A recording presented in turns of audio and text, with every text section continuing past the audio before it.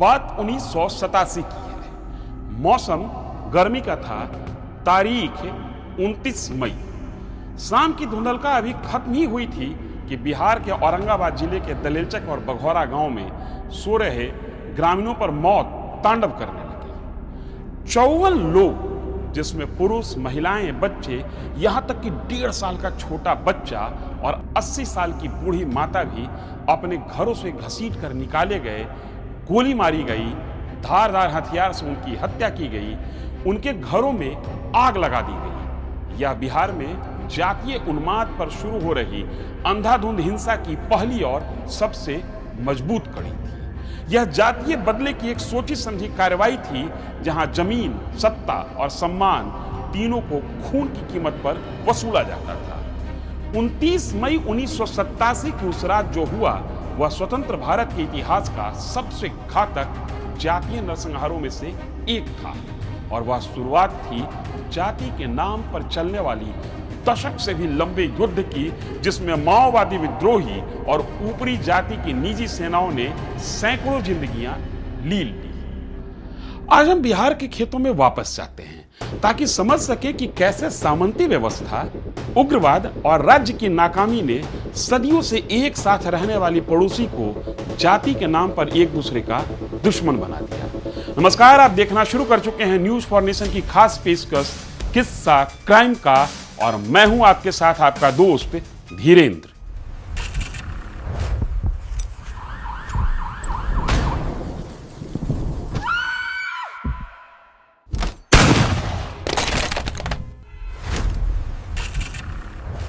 उन्नीस सौ 80 के दशक में उस समय के संयुक्त बिहार में, जिसमें झारखंड भी बिहार का ही हिस्सा था, समाज में जाति के नाम पर जमीन के अंदर बारूद सुलग रहा था। भूमिहार, राजपूत जैसी सदियों पुरानी सामंती जातियां जमीन स्वामित्व व्यवस्था के कारण विशाल जमीनों पर काबिज थी, जबकि यादव, कुर्मी, कोयरी सहित अधिकांश पिछड़ी और दलित जातियां उसी जमीन पर लगभग मजदूरों की तरह काम करते थे। 1960 के अंत में जन्मा नक्सलवादी आंदोलन 1980-90 के दशक में मध्य बिहार में जड़ जमा चुका था। माओवादी कम्युनिस्ट सेंटर एमसीसी जैसे समूह, जो मुख्यतः पिछड़ी जाति के लोगों से बनी थी, उसमें भी यादवों की संख्या सबसे अधिक थी। एमसीसी के सदस्य और नेता पिछड़ों और दलितों के बीच खुद को भूमिहीनों के मुक्तिदाता के रूप में प्रस्तुत करते थे। वे जन अदालतें चलाते, लगान वसूलते और सवर्णों को सामंत बता उन पर हमला करते। इन तमाम चीजों की जड़ में जमीन का विवाद था, लेकिन विवाद को हवा देने के लिए सम्मान का तड़का भी खूब लगता था। इंडिया टुडे में छपी एक रिपोर्ट के मुताबिक औरंगाबाद जिला, जिससे बड़ी संख्या में राजपूत आबादी की मौजूदगी के कारण बिहार का मिनी चित्तौड़गढ़ भी कहा जाता है, आर्थिक रूप से पिछड़े राज्य के अन्य हिस्सों से अलग नहीं था। यहाँ सबसे खराब किस्म का सामंतवाद व्याप्त था, जिसमें कुछ धनी परिवारों का विशाल भूभाग पर नियंत्रण था, जबकि उसी जाति के अन्य परिवारों के पास उचित वस्त्र जैसी बुनियादी आवश्यकताएं भी नहीं थी। दलेलचक और बघौरा दोनों गांव जुड़वा भाई की तरह हैं, जिसमें अनेक जातियां रहती थी। इस गांव के आसपास 7,488 एकड़ जमीन बोधगया महंत की थी। कुछ स्थानीय जमींदारों के स्वामित्व में यह जमीन था। इसके अलावा गांव के राजपूत परिवार खेतिहर किसान थे। गांव के आसपास सरकारी जमीन भी काफी थी। इस जमीन पर राजपूत जाति के लोगों का कब्जा था। कोयल नहर बघौरा के ठीक बगल में बन रही थी। ऐसे में गांव की जमीन की कीमत जल्द ही बढ़ने वाली थी। सामंतवाद विरोधी राजनीति की आड़ में स्थानीय यादव जाति के लोग इस जमीन पर अपना कब्जा चाहते थे, और विवाद की जड़ में यही कहानी है।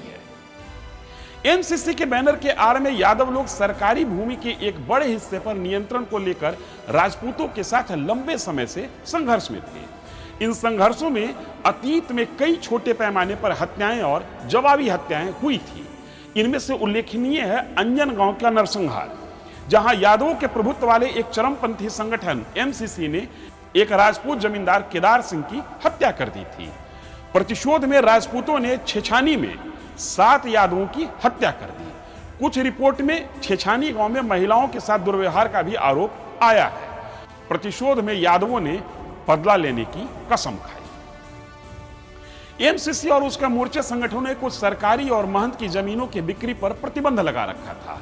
जब एक राजपूत परिवार ने एमसीसी के इस फरमान को मानने से इनकार कर दिया, इसी इनकार ने एमसीसी को ताकत का इस्तेमाल करने का मौका दे दिया। नक्सली संगठन के फरमान की अवज्ञा से तनाव फूट पड़ा। समाजशास्त्री कहते हैं कि यह नरसंहार सहज नहीं था। यह उस क्षेत्र की भयावह लेकिन तार्किक परिणति थी जहां राज्य ने भूमि सुधार और कानून व्यवस्था लागू करने की जिम्मेदारी से मुंह मोड़ लिया था। दोनों पक्ष एक दूसरे के अस्तित्व के लिए खतरा मानते थे। ये दोनों गांव, जो कभी 200 से अधिक लोगों का घर था, जातीय फॉल्ट लाइन पर बसा था। स्थानीय लोग इस इलाके को मिनी चित्तौड़गढ़ कहते थे क्योंकि यहां राजपूतों की अच्छी खासी संख्या थी। मई 1987 तक हर कोई महसूस कर रहा था कि कुछ भयानक होने वाला है। 29 मई 1987 की शाम करीब 8 बजे लगभग 300 से 500 एमसीसी कार्यकर्ता बंदूक, कुल्हाड़ी, दराती और मिट्टी तेल से लैस एमसीसी जिंदाबाद का नारा लगाते हुए दोनों गांव की ओर बढ़ चले। एमसीसी जिंदाबाद, एमसीसी जिंदाबाद। उन्होंने दोनों गांव में 2 दलों में बंटकर हमला किया, एक दलेलचक पर और दूसरा बघौरा पर। वे सैन्य अनुशासन के साथ चल रहे थे। स्थानीय गाइड कथित तौर पर राजपूत घरों की ओर इशारा करते। बघौरा में उन्होंने सबसे पहले गया सिंह के घर पर हमला किया। दलेलचक में कई घरों को घेर लिया, पुरुषों को घसीट कर बाहर निकाला और गोली मार दी। महिलाओं और बच्चों को बिस्तर से खींचा गया।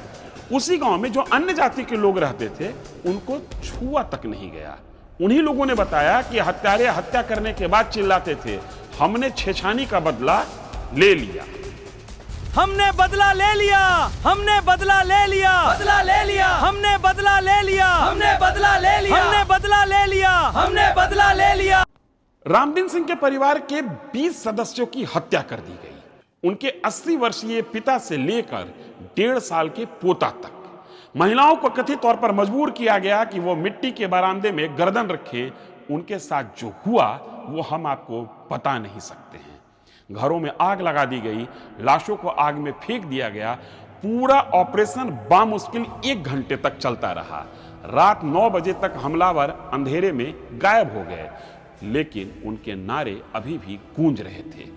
मृतकों की संख्या 42 से 56 के बीच बताई जाती है। अधिकांश सोर्स 54-55 पर सहमत हैं, जिनमें लगभग सभी राजपूत थे। हालांकि एक हरिजन समाज का व्यक्ति भी मारा गया था। कुछ समकालीन रिपोर्टों और लेखकों ने महिलाओं के साथ सामूहिक बलात्कार का आरोप भी लगाया है। नक्सलवाद के नाम पर क्रूरता की कहानी निर्विवाद है। परिवार दर परिवार मिटा दी गई। घटना के अगले सुबह गुस्साए ऊपरी जाति के रिश्तेदारों और समर्थकों ने गैर राजपूत घरों में आग लगा दी। कई यादव, कुम्हार, पासी और रविदास परिवार भाग गए या भगा दिए गए। मुख्यमंत्री बिंदेश्वरी दुबे ने दौरा किया, मुआवजा घोषित किया और ज्यादातर सहानुभूति के आधार पर सरकारी नौकरियों की बात की गई और राजनीति के लिए यहां से तैयार हो गई एक उर्वर जमीन। 150 से अधिक लोगों के खिलाफ मामले दर्ज किए गए। दिसंबर 1992 में औरंगाबाद अतिरिक्त सत्र न्यायालय ने 8 एमसीसी सदस्यों को मौत की सजा सुनाई। ये सजाएं कभी लागू नहीं हुई। कई आरोपी थोड़े समय बाद रिहा हो गए। इस नरसंहार ने ऊपरी जाति के निजी हथियारबंद संगठनों के गठन को तेज कर दिया। हालिया की एक रिपोर्ट के अनुसार वहां पर अब करीब 20-30 लोग ही रहते हैं। जमींदार की जमीन वैसे ही पड़ी हुई है। बाहरी लोग बटाई पर खेत जोतते हैं। अब राजनेता शायद ही कभी आते हैं। माओवादी प्रभाव नरसंहार के बहुत बाद तक बना रहा। मृतक धीरे धीरे जीवितों की याद से भी अब ओझल हो रहे हैं। ये कहानी दलेलचक बघौरा की है, जिसने पहली बार नेशनल लेवल पर जातीय हिंसा की घटना को झकझोरा था और सुर्खियां बटोरी थी।